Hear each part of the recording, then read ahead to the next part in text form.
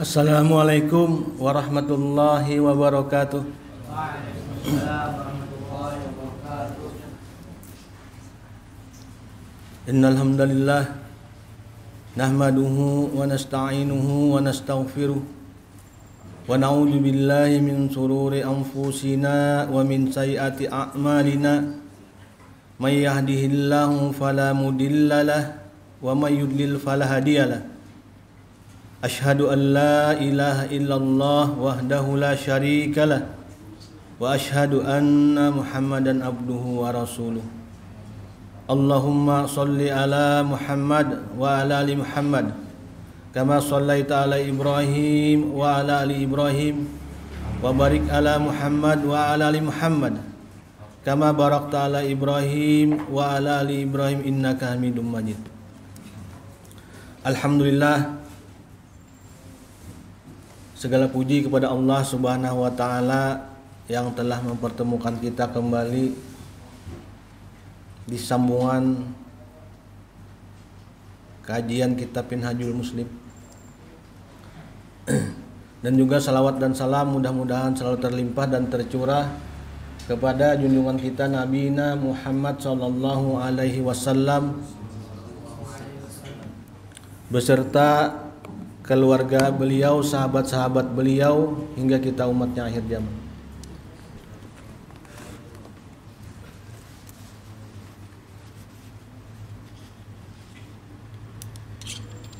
Bapak-bapak, jamaah, anak-anak sekalian, santri, banyak pada nih mau pasukan.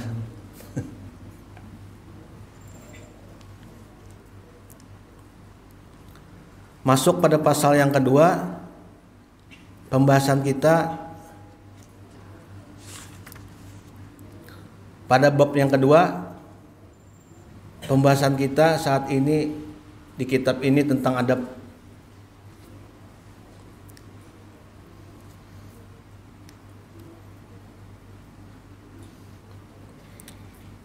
Banyak nih adabnya nih. Adab tentang niat, adab kepada Allah, adab kepada Rasul, adab kepada diri sendiri, adab kepada makhluknya. Ini pasal yang pertama dulu. Adab-adab tentang kita berniat.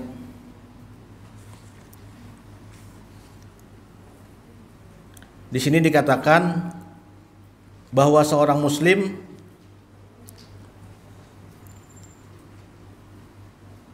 dalam beribadah harus kokoh membenarkan pentingnya keberadaan niat, karena urgensinya seluruh amalan tersebut tergantung pada niatnya. Niat inilah yang menjadi ukuran suatu amal. Bisa amal itu kuat, bisa amal itu lemah.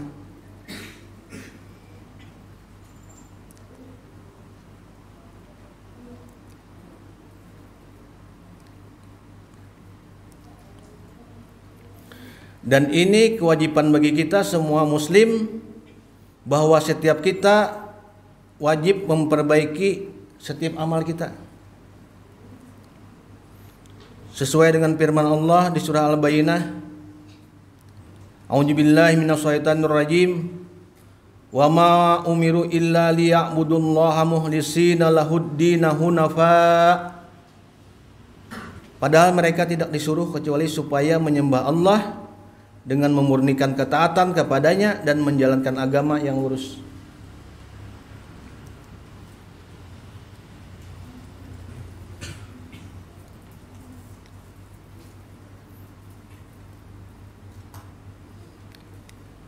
Dan juga sabda Nabi bepada sudah,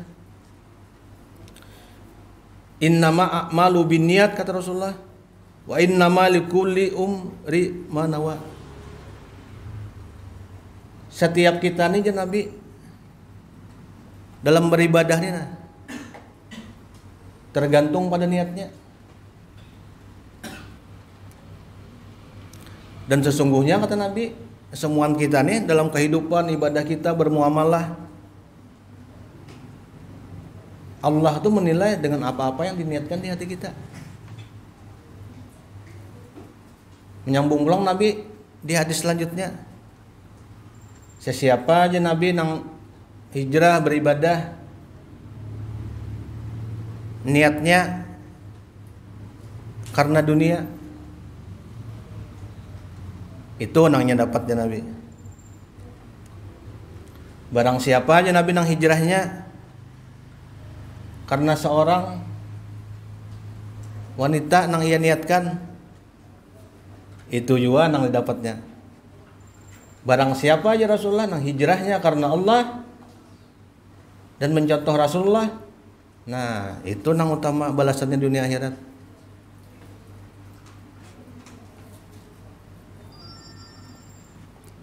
Kayak contoh aja. Ini contoh aja. Contoh di pesantren. Misalnya santri baru hanyar masuk, hanyar datangan. Itu amun memang kada kuat niatnya dari santrinya, dari orang tuanya, itu bisa terbulik padanya. Dari yang 50 orang tuh bisa ada berdua bertiga yang tinggi Pak Haji. Hanya seminggu ada seikong berdua yang. Tapi ada juga yang hendak sudah tabulik cuma karena niatnya nih kuat, orang tuanya kuat, anaknya nih didorong orang tuanya juga. Jadi semangat akhirnya. Kada jadi hendak bulik. Sampai ini 3 bulan sudah. Nang santri-santri baru ada yang kelas bawahnya nih Pak, ini sudah kelas 9, kelas 8 nih. Kada jadi tabulik. Nah, itu kan pentingnya niat tuh. Bisa menyemangati hidup jadinya. Contoh aja nih, dalam kehidupan yang lain kayak itu juga.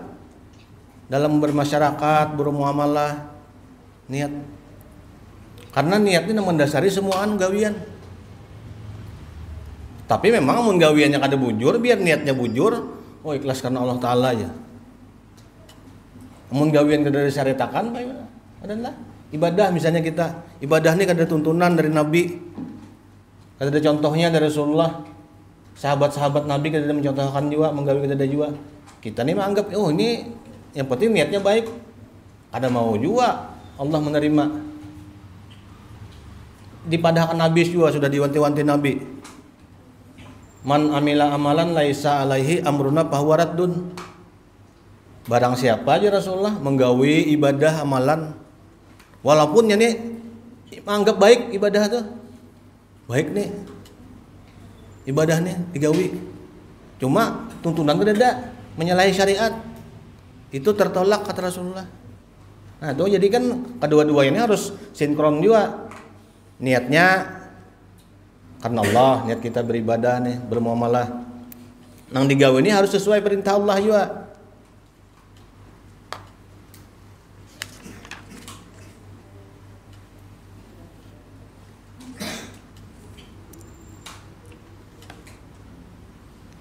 Tapi pentingnya niat ini itu ganal benar mendasari landasan ibadah kita.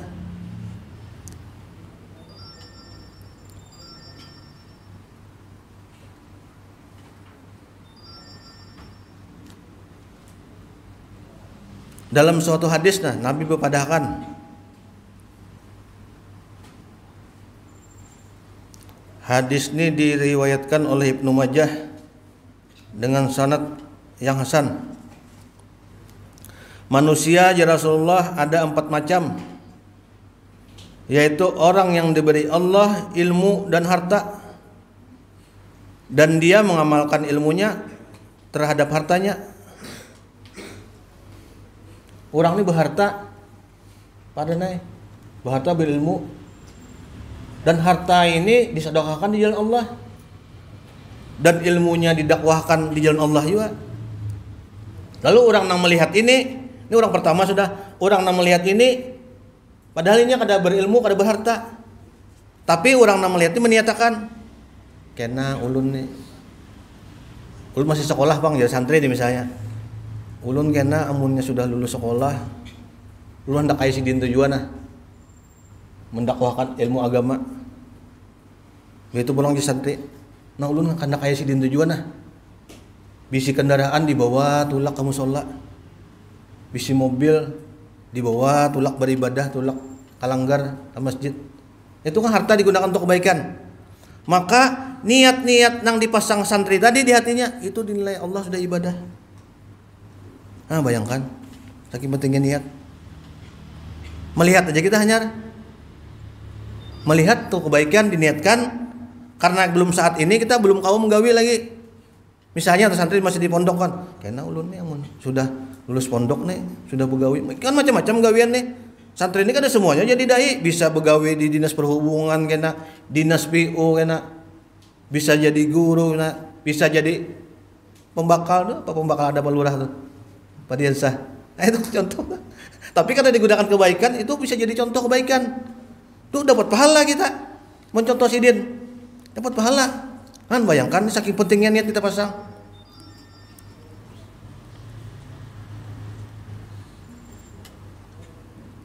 Ini dua orang contoh manusia sudah. Nang ketiga aja Rasulullah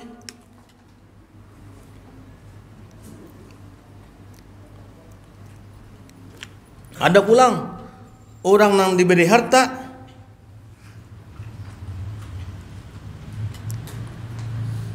nang diberi ilmu, namun inya kata Rasulullah menghabiskan hartanya dan mengamalkan ilmunya di jalan yang salah. Hartanya misalnya dipergunakan untuk hal-hal yang maksiat, dihambur-hamburkan untuk hal-hal kada berguna, bukan di jalan Allah. Ilmunya misalnya digunakan untuk menipu orang, hal-hal yang kada baik. Lalu ada yang melihat, lalu berniat dalam hatinya, aku mun banyak harta kayak sidin tuh, kau aku kan nanti jalan-jalanan yang kada berguna, ke tempat-tempat maksiat, ke tempat-tempat hiburan yang kada berguna. Berniat aja hanyar nih. Nah itu sudah disamakan, walaupun belum dikatakan dosa, itu disamakan sudah orang nih kata Rasulullah termasuk orang yang ketiga tadi. Orang yang ketiga ini berdosa hanya menggawi. Nah, berniat itu sudah termasuk orang yang kada baik sudah. Nah, bayangkan saking urgensinya niat itu kita pasang di hati. Dan sampai kata Rasulullah, jika ada dua orang muslim, ini contoh pulang saking yang niat tadi, saking pentingnya. Jika ada dua orang muslim kata Rasulullah saling bunuh dengan kedua pedangnya, maka kedua-duanya akan masuk neraka kata Nabi. Lalu bertakun sahabat nih,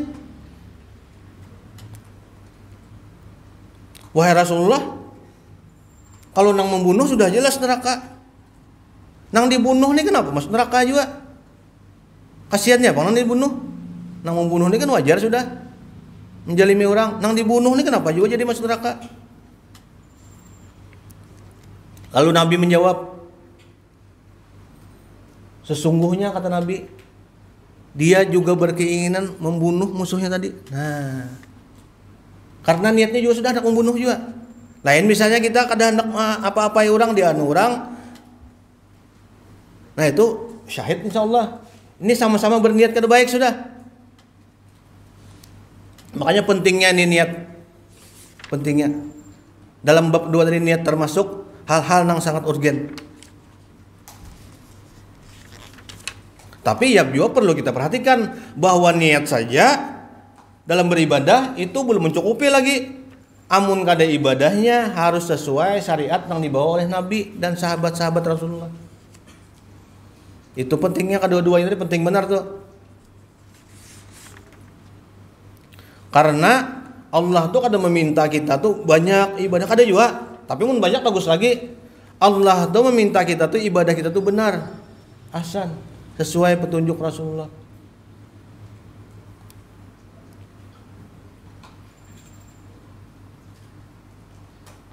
Di surah Al-Mulk ada kalau sudah ayat yang kedua.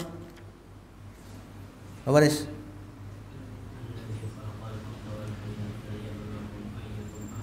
Nah, ahsanu amala. Sungguhnya Allah menciptakan sudah nih kehidupan, kematian, keburukan, kebaikan, A, B, C, D, tahu sudah di padang Allah sudah. Tinggal kita aja lagi hendak menggawina asan kan nang ada. Asan wa amala. Nang baik kan nang ada. Tergantung kita ya. Dan juga tergantung niat kita. Walaupun gawian baik, amun niatnya kada karena Allah, itu kan kada dicatat juga. Amun niatnya nang kada baik, gawiannya kada baik, itu sudahnya itu kada ada kisah lagi sudah. Mudahan kita di sini tergolong orang-orang yang berniat baik, datang ke majelis ilmu dan amalannya insya Allah diterima Allah. Amin. Ini pasal pertama tadi tentang adab dan pentingnya niat dalam adab.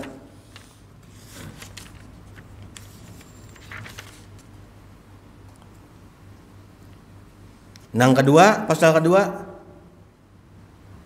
adab kita terhadap Allah. Itu tadi kan adab kita tentang niat, bahwa niat kita tuh harus sesuai dengan karena Allah aja niat kita. Tapi itu memang di hati masing-masing. Mudah-mudahan itu semua kita lurus niatnya karena Allah. Yang kedua ini adab terhadap Allah.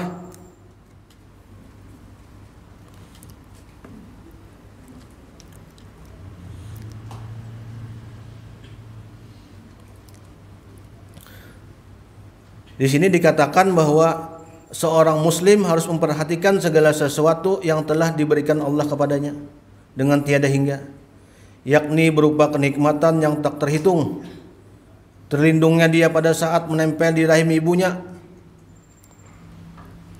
perjalanan hidupnya selalu dilindungi Allah oleh Rabbnya, maka ia harus bersyukur kepada Allah atas nikmat yang diberikan Allah kepadanya. Sesuai dalam firman-Nya di surah An-Nahl ayat 53, Allah berkata,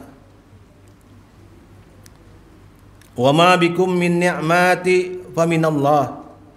Dan apa saja nikmat yang ada padamu maka dari Allah lah datangnya. Jadi semua itu hakikatnya gawian kita kah? Kesuksesan kita kah? Jabatan kita kah? Itu semua itu nikmat itu dari Allah. Padahal hakikatnya tuh. Walaupun memang ada syariatnya kita. Walah syariatnya kan. Tapi pada hakikatnya semua itu datang dari Allah. Tuh jangan lupa kita tuh memulihkan tuh memuji syukur kepada Allah Subhanahu wa taala. Sampai-sampai Nabi Muhammad tuh dalam hal-hal nang kada nyaman gin. Nang kada enak tuh kita nih misalnya. Nah. Misalnya santri nih, nah banyak pulang tugas nih di ustaz nih. Kada nyaman nih. Nabi selalu mengucapkan alhamdulillahi ala kulli hal. Selalu memuji Allah nih dalam setiap keadaan. Ah, bayangkan. Tangguplah. Udah deh sanggup kita semua ini. Kan karena diberikan ini ada kisahnya. Memang berat itu, setiap saat tuh selalu memuji Allah berat. Kita dapat hal-hal yang kada mengenakan, yang kada nyaman kan. Karena semua itu dari Allah.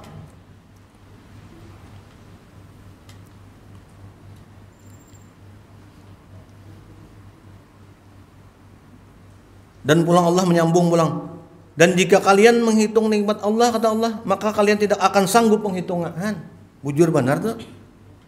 Mun kita menghitung ini, mulai kita berjalan tulak aja, mulai rumah sudah berjalan batis, mata berkedip pulang, telinga kau mendengar, hidung kau merasa pulang. Itu kan nikmat semuaan tuh.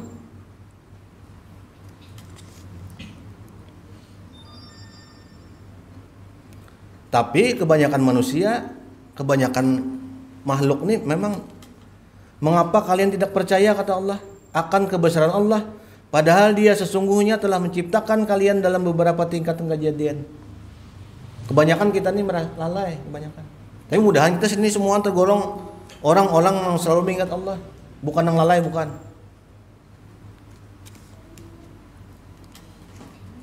Ini adab terhadap Allah dah. Pasal yang kedua. Selalu memuji Allah, selalu bersyukur kepada Allah. Kan kebanyakan kita terkadang kada memahami bahwa ada beradab ya. Dikira itu adab itu lawan makhluk aja, padahal adab ini semuaan lawan Allah iya juga, lawan Rasulullah iya juga.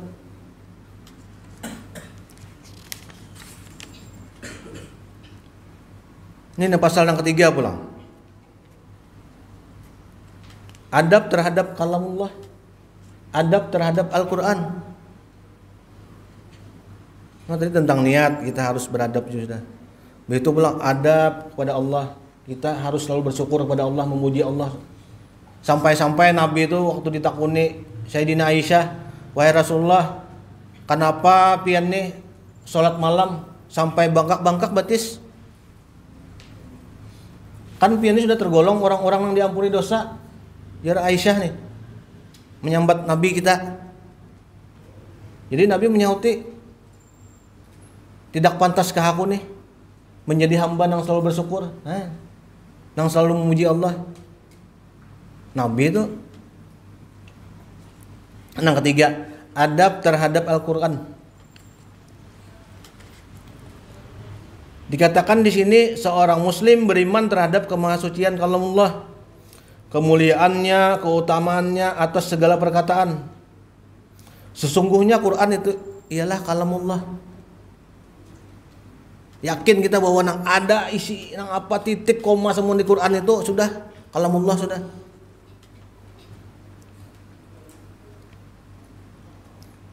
Barang siapa berkata dengannya niscaya itu benar. Barang siapa berhukum dengannya niscaya pasti adil sudah. Quran sudah nang madahkan.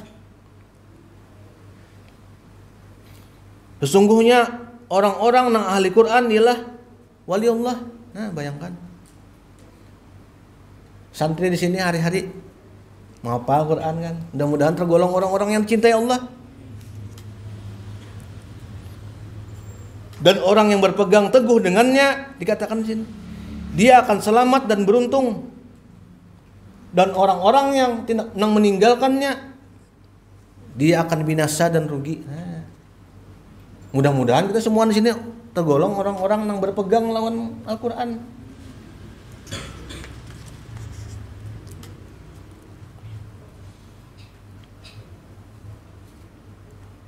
Nabi berkata, bacalah selalu Quran ya Nabi, karena sesungguhnya ia nanti pada hari kiamat akan datang sebagai pemberi syafaat bagi yang membacanya. Bayangkan, rajin membaca Quran, syafaat bagi kita di akhirat. Walaupun banyak syafaat-syafaat yang lain, orang yang ketujuh bersalawat ya Nabi itu kan bisa memberi syafaat baginya juga.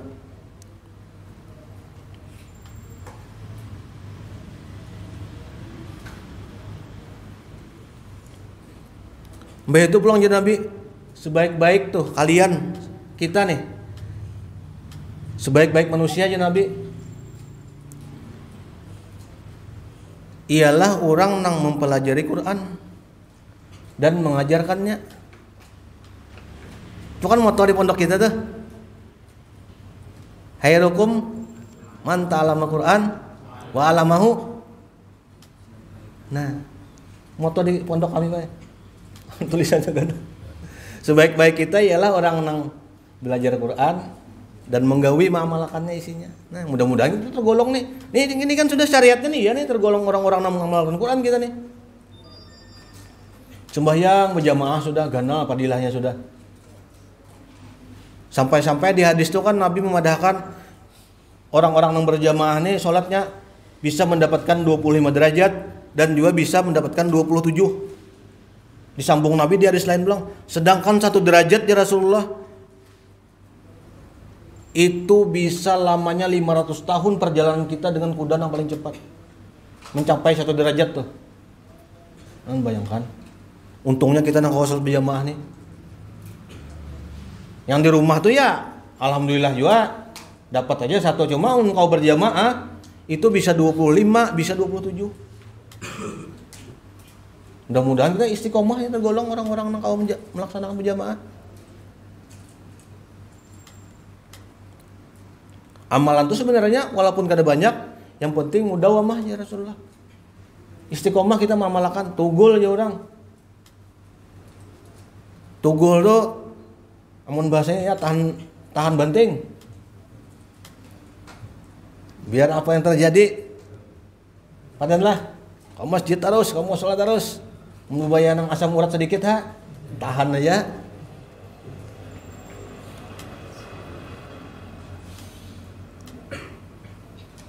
Ulun ingat arwah pamasuan. Sampai bubabat batis wae. Lintuh cidin. Pakai anu tuh Pak, bakal pakai yang perban yang gasan orang main tenis. Tuh enggih, itu ada busanya loh Pak Ji. Nah, itu supaya lintuh teh nyaman sedikit sujud di perban sidin. Nampayakan sidin. Nah, itu kan semangat jadinya walaupun sakit. Lintuh asam urat ini kan ada kegampangan. Belum dia sudah merasai juga nih umur 45-an sudah. Iya, ada sudah. Pak Haji sebelah anak 70 sudah. Alhamdulillah istiqomah terus. Mudahan kita tergolong nang santri-santri masih anum nih nah. Kalau ada contoh nih bapak-bapak yang semangat kayak pembakal sibuk. Sempat aja masih ini Sidin Lurah banyak warganya. Sempat aja masih nih datang ke majelis ilmu. Itu kan contoh tuh. Kita perlu mencontoh orang-orang kayak itu. Kebaikan.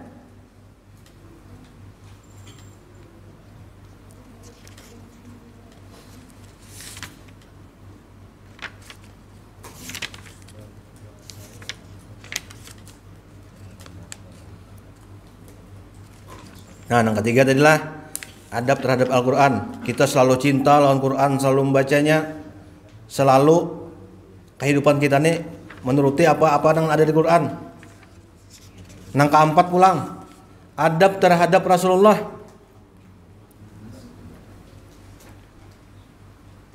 Dikatakan di sini seorang muslim merasakan di lubuk hatinya yang paling dalam kewajiban beradab dengan sempurna terhadap Rasulullah.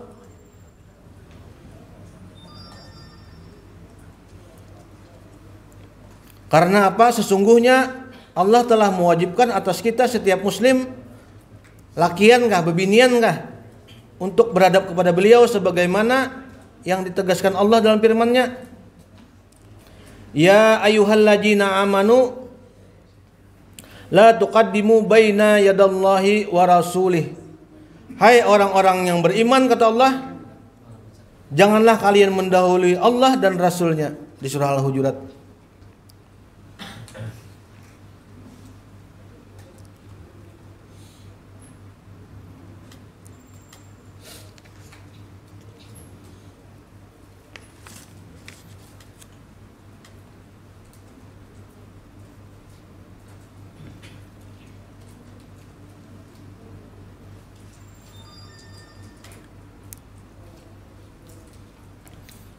Disambung pulang di surah An-Nur. Sesungguhnya kata Allah, orang-orang mukmin yang sejati adalah orang-orang yang beriman kepada Allah. Itu bab nang sebelumnya tadi. Dan orang-orang yang beriman kepada Rasulullah, nang pencontoh Rasulullah. Nah, karena pulang nih lawan bab niat tadi.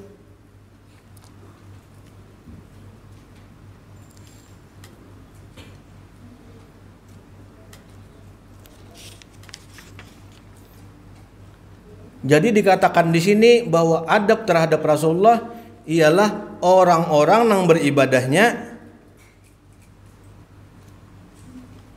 selalu beriman kepada Allah dan Rasulnya. Nah, dengan kata lain nih masuk nang hadis pertama tadi, nang di bab niat tadi, bahwa apa-apa yang kita gawi dalam kehidupan nih ada sudah contohnya dari Nabi sudah. Walaupun kada secara langsung ada sudah syariatnya, sudah rujukannya di hadis-hadis Nabi. Nah, itu artinya kita beradab kepada Rasulullah, beradab kepada Nabi.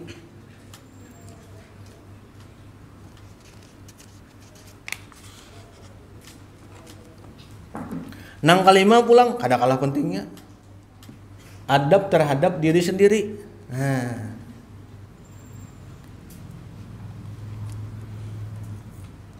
Dikatakan di kitab ini, seorang muslim meyakini bahwa kebahagiaannya dalam dunia dan akhirat tergantung bagaimana ia memanajemen dirinya. Nah, tergantung kita. Itu kan di surah Al-Mulk tadi sudah dipadahkan Allah. Nih Allah menciptakan A, menciptakan B, kebaikan, keburukan, kenikmatan, kesengsaraan. Tinggal kita aja lagi dipadahkannya di sini. Tinggal kita memanajemen, mendidik diri kita. Hendak mengambil yang mana kita? Padahal kan kita hendak mana diambil. Hendak sembahyang berjamaah, bersiap-siap sebelum waktunya. Hendak ada berjamaah atau anak masbuk santai-santai kita sebelum biar ajan santai aja dulu. Nah, itu kan tergantung kita manajemennya. Contoh aja.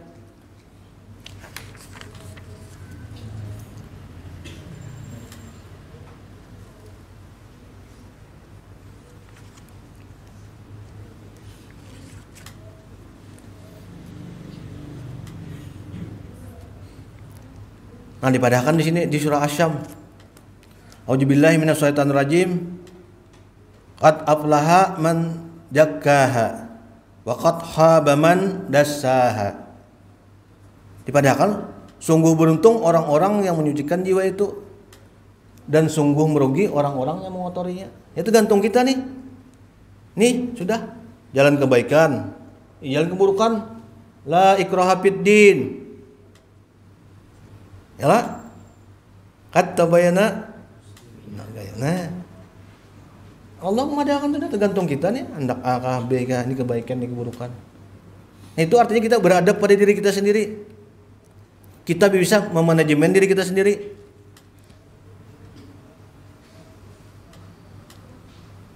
Tapi memang kalau di pondok Pak, di santri harus ada memang yang bagian-bagiannya yang kayak nih santri Serido lawan Pais itu memangnya memadahi kawan-kawan itu tugasnya memang kawan-kawan itu kadang mun kada dipadahi juga sembahyang misalnya itu datang lambat nih padahinya kan tugas buatnya ada bagusnya ada nang timnya nih nya kadang santri ini kan kalau kada dianu bisa lalai juga sudah sampai waktu masih ada nang dudukan di luar apa ada tugas buatnya nih pak-paknya nih tugasnya ini bila kadang catatnya wah ini melanggar jadi yang anu ini kan jadinya jadi introspeksi diri juga banyak kan melanggar nih ulun nih.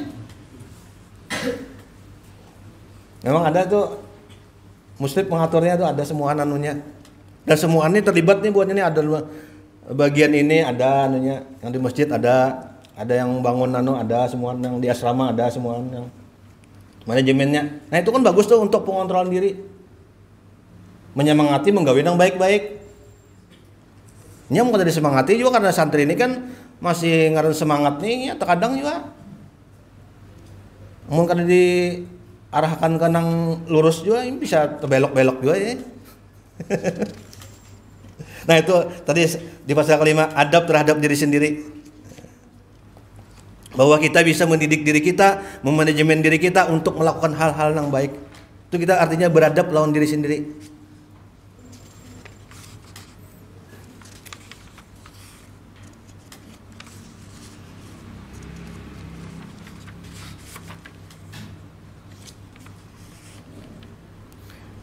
Nah salah satunya cara-caranya agar kita bisa selalu berada di jalan rel nang lurus dipadahkan di sini cara-caranya salah satunya perbanyak kita bertaubat perbanyak mohon ampun Allah bujur tuh perbanyak istighfar tuh sampai Nabi itu kan di suatu majelis setiap kali duduk jadi sahabat aku hitungin Nabi itu kada kurang dari 70 kali istighfar astagfirullah kada kurang bisa lebih perbanyak mohon ampun untuk kita bisa memanajemen diri kita nih selalu melakukan hal-hal yang baik. Padahal kan kawan-kawan tuh Ridho Pais tuh banyak istighfar tuh. Oh ini harus melanggar terus kena. Disuruh banyak istighfar kena kawanan kena.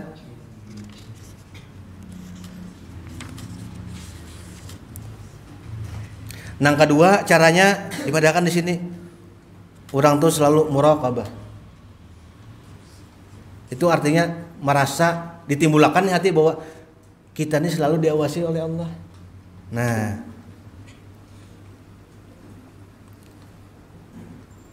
contoh nih sampai Jumat tadi. Nah, sholat Jumat tadi dipadahkan oleh buahnya ini. Kan ada yang tekantuk-kantuk saat khutbah. Jadi dicatatnya oleh buahnya dipanggil kan. Ada yang kada mengaku lah. Jadi jari done, amun kada mengaku, pertanggung jawabannya lawan Allah di akhirat dia. Nah, itu bujur tuh kan Pak. Merasa diawasi Allah kan, enggak ada mengaku tuh cara aja kada kawa mah catatnya kan. Tergantung pengakuan masing-masing santri aja lagi. Omong kada mengaku aja. Oh, bujur dulu dalam hati ini. Omong kada mengaku aja. Di akhirat kena bertanggung jawab aja deh. Oh Allah aja. Bujur tuh. Nah, selalu merasa diawasi Allah. Jadinya Hendak ada jujur, aku nih Allah melihat aja, baik jujur kan. Walaupun nang kawan kada tahu sebenarnya nih, muka ada pengakuan nang santri-santri nang merasanya teguring.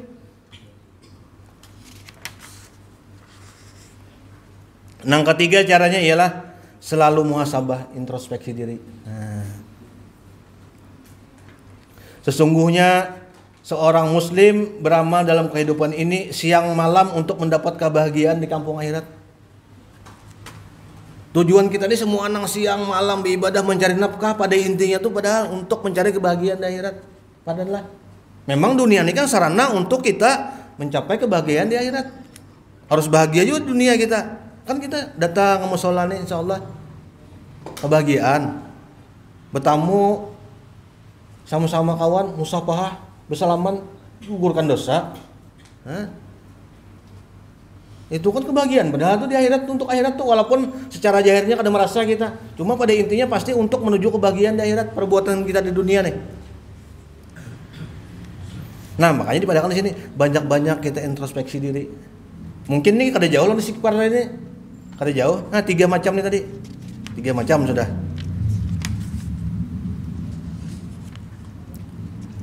Nah keempat caranya dipadakan sidin nih. Keempat ialah kita selalu mujahadah.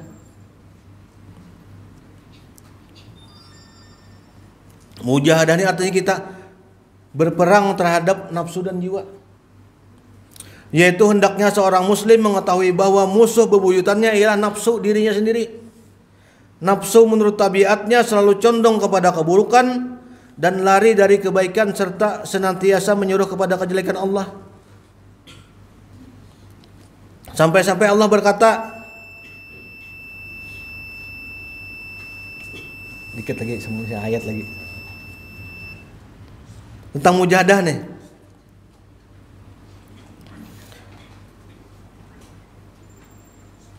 Allah memadahkan, dan aku di surah Yusuf nih, dan aku tidak membebaskan diriku dari kesalahan karena sesungguhnya nafsu itu selalu menyuruh kepada kejahatan. Tapi kalau kita kaum manajemen nafsu, memeranginya, mengendalikannya, itu kita termasuk orang-orang yang beradab tadi lawan diri sendiri. Jadi bujur gawian kita nih jadinya. Nah masih panjang nih tentang adab nih. Mudahan kena bulan kena kau disambung pulang.